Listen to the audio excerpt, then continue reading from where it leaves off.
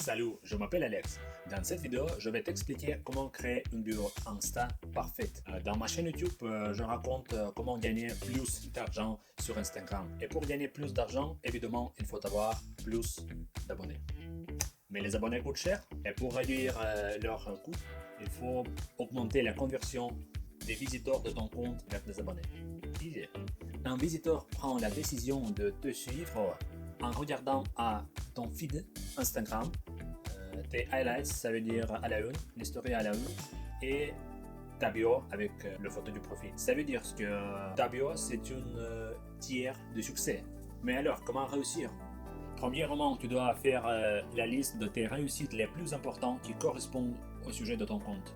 Et ces réussites peuvent être un livre que tu as écrit, les conférences et les projets où tu as participé, tes anciens lieux de travail, quelques chiffres importants, par exemple si tu as créé une école numérique et tu as 2000 élèves diplômés. Alors un petit ça. Aussi, tu peux utiliser la qualité de tes services qui étaient approuvés par les sources autorités, comme par exemple le Forbes, le Figaro, je ne sais pas, Le Monde, etc. Et aussi les témoignages de tes clients célèbres. Peut-être tu étais un coiffeur de Beyoncé, indique-le. Et après, tu dois faire deuxième liste, les outils qui sont actuels pour tes abonnés. Peut-être tu enseignes comment gagner sur Instagram. Peut-être tu es un artisan et tu produis du jet en bois. Ou tu enseignes chanter. Mais finalement, si tu n'as pas de réussite, tu peux écrire la réalité. Par exemple, j'ai travaillé 3 ans comme prof de l'anglais. Et maintenant, j'enseigne mes élèves en ligne. Et ici, il vaut mieux de concrétiser ta spécialisation. Par exemple, indiquer que tu enseignes tes élèves de parler anglais, américain anglais couramment. Et encore un exemple. Je suis un psychologue familial de Toulouse. J'aide les couples qui ont plus de 5 ans de mariage à surmonter la crise. Donc comme ça, on a concrétisé la spécialisation. Mais ici, il faut être très attentif parce que plus tu réduis la niche, et il te reste moins de gens qui s'y intéressent. Et comme ça, tu risques de vendre très bien. Parfait, mais trop rare. Peut-être 2 fois par an, peut-être une fois dans ta vie. Faites attention. Maintenant, après avoir écrit tout ça, vous devez choisir pour votre bio 2 seules phrases. Premièrement, c'est votre réussite qui vous caractérise au maximum et en même temps qui est le plus impressionnant pour vos abonnés potentiels. Et deuxièmement, vous devez écrire votre utilité principale pour vos abonnés. Dans la plupart des cas, votre utilité, c'est votre produit que vous vendez. Mais soyez attentifs.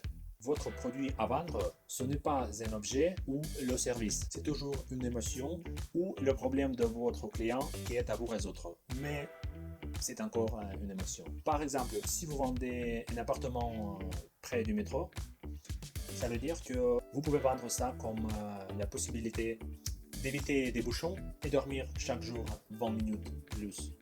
Alors, après, dans votre bio, vous devez indiquer votre username. Concernant votre username, si vous en avez déjà, vous pouvez le garder. Par exemple, si vous gérez un compte d'une entreprise, qui sait, peut-être c'est Sony, Carrefour, Auchan, vous le gardez comme ça. Si vous créez un nouveau compte, si vous voulez développer votre personal branding comme un influenceur, vous pouvez utiliser votre nom et prénom, mais faites attention, ça pourra être occupé. Quelque chose d'important, faites attention à ce que votre username doit être court, lisible, compréhensible et facile à retenir. Et après, ça c'est le nom de votre profil. Vous pouvez utiliser votre prénom et votre utilité principale. Par exemple, pour moi, ça sera Alex, formation Instagram. Après, vous devez choisir la catégorie de votre compte. Ce n'est pas si important. Vous pouvez choisir également blog personnel ou blogueur. Photo du profil. Pour photo du profil, si vous gérez un compte d'entreprise, vous pouvez bien sûr utiliser le logo. Mais si c'est un compte personnel, vous devez utiliser votre visage en gros plan, en face. Et je vous conseille d'utiliser vos portraits en gros plan, mais vous pouvez le faire un peu plus contrasté que d'habitude. Vous pouvez le faire avec Photoshop Express ou avec Canva. Ça vous aidera à faire photo de votre profil un peu plus remarquable parmi 2 milliards de comptes sur Instagram. Et en plus, vous pouvez l'encadrer par la ligne rouge. C'est le top. Après, vous devez indiquer un lien. Si vous avez un site ou une chaîne YouTube, vous pouvez l'indiquer. Si vous voulez utiliser tous vos liens, vous pouvez, avec un service spécial, créer une page, y mettre tous les liens nécessaires et le lien à cette page indiqué dans votre bureau. Mais de ça, on va parler dans les vidéos suivantes. Faites attention, c'est que les highlights, ça veut dire les stories à la une, sont très importants. Mais ça, on va discuter dans les vidéos suivantes aussi. Maintenant, en utilisant tous ces conseils, vous pouvez créer un bureau Insta parfait, c'est sûr. C'est Alex qui était avec vous. Suivez-nous sur Instagram et sur YouTube. À bientôt!